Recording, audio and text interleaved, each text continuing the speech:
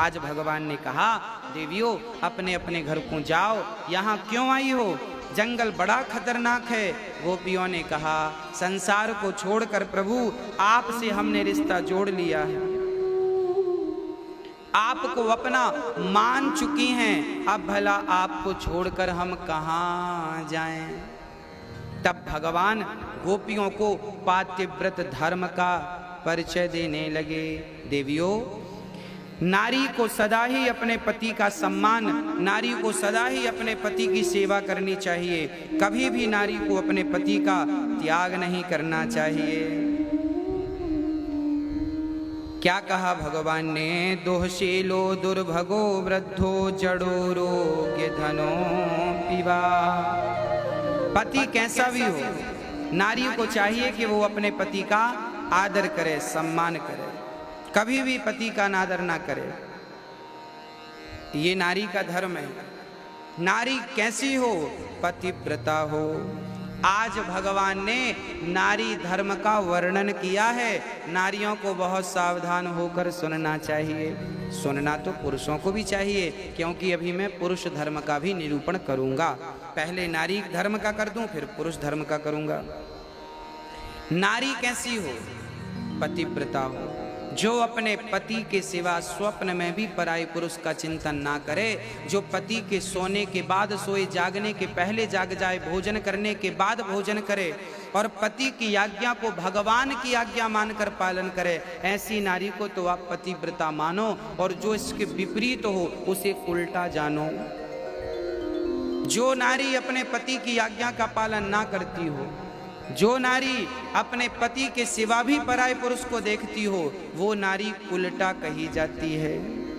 ऐसी नारियों का कोई दर्शन कर ले तो पाप लगता है। कैसी नारियों का? जो उल्टा होती हैं। और जो पतिव्रता नारियां होती हैं, इनके घर तो भगवान भी भिखारी बनकर पड़े रहते हैं। आज अनसुईया माता के द्वार पर ब्रह्मा विष्णु महेश भिखारी बनकर आ गए, माँ हमें भिक्षा दे दो। पतिव्रता नारी के घर तो भगवान भी भिक्षुक बनकर के पहुंचते हैं। इसलिए पतिव्रता नारी होनी चाहिए।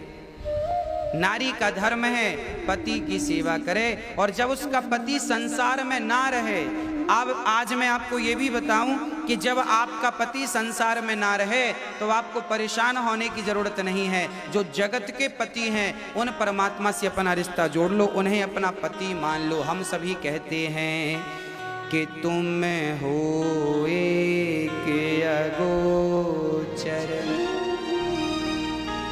सबके प्राणपति, किस विधि मिला हूँ दया मैं, तुमको मैं कुमति। ओम जय जगदीश हरे। पति कौन? बोले परमात्मा। जब संसार का पति साथ छोड़ के चला जाए तो परमपिता परमात्मा को अपना पति मान लेना, वही सबके पति हैं यथार्थ में। कोई भी अकेला अपने आप को ना समझे, सबके साथी भगवान हैं। तो उन नारियों को जिनके अपना अब नहीं है, पति नहीं है, पुत्र नहीं है, कोई नहीं है, तो कभी अपने आप को अनाथ ना कहना। जिसके नाथ जगन्नाथ हो, भला वो अनाथ कैसे हो सकता है? सबके नाथ तो श्री जगन्नाथ जी हैं, उनके रहते कोई अनाथ कैसे हो सकता है? सबके पालनहार परमात्मा हैं। इसलिए चिंता ना करें, चिंतन करते रहें। नारी को चाहिए कि पति का सम्मान करे, पति के चरणों की से। जो नारी अपने पति के चरण दबाती है, उस घर में कभी भी लक्ष्मी की कमी नहीं होती। इसलिए आप अपने, अच्छा कई बार ना आजकल क्या होता है, पति पत्नी के रिश्ते बड़े कमजोर हो गए हैं। पत्नी आई पढ़ी लिखी, पति भी पढ़ा लिखा, पत्नी भी 50,000 रुपये महीना कमाती है, पति भी 50,000। एक दिन पति ने कहा, सुनो जरा यहाँ आओ, जरा ये देखो तुमने ये गलती की, ये किया। अब कुछ उसको कह दिया उसके पति ने कि तुमने ये गलत किया है, ये ठीक कर लो, ऐसा कर लो। वो गुस्सा हो गई। ज़्यादा उपदेश मत दिया करो हमें, हम भी कम पढ़ी लिखी नहीं है, तुमसे ज़्यादा कमाती हैं। अरे भाई, पत्नी भी कमा रही है, पति भी कमा रहा है, बात बुरी नहीं है। पर पत्नियां कमा कमा करके यदि ये कहने लग जाएं कि हम कमा रही हैं, तो क्या होगा? तो क्या आपके रिश्ते चल पाएंगे? हाँ, दोनों कमाएं, अच्छी बातें हैं, पर दोनों अपनी अपनी कमाई की एक दूसरे को अकड़ ना दिखाएं। कमाओ, अच्छी बात है, अकड़ थोड़ी दिखानी है। रिश्तों में अकड़ ना हो, रिश्तों में अहंकार ना हो।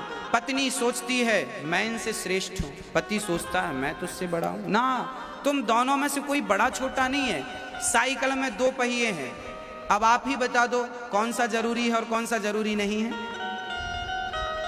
यदि आगे वाले पहिए की जरूरत है तो पीछे वाले की भी उतनी ही जरूरत है, और पीछे वाले की जरूरत है तो आगे वाले की भी उतनी ही। कोई 49 नहीं है और कोई 51 नहीं है, दोनों 50-50 हैं, बराबर बराबर। तो पति और पत्नी जीवन में जब बराबर का काम करते हैं और बराबर का सम्मान पाते हैं तो वो रिश्ते बहुत अच्छे होते हैं, वो गाड़ी बहुत लंबी जाती है।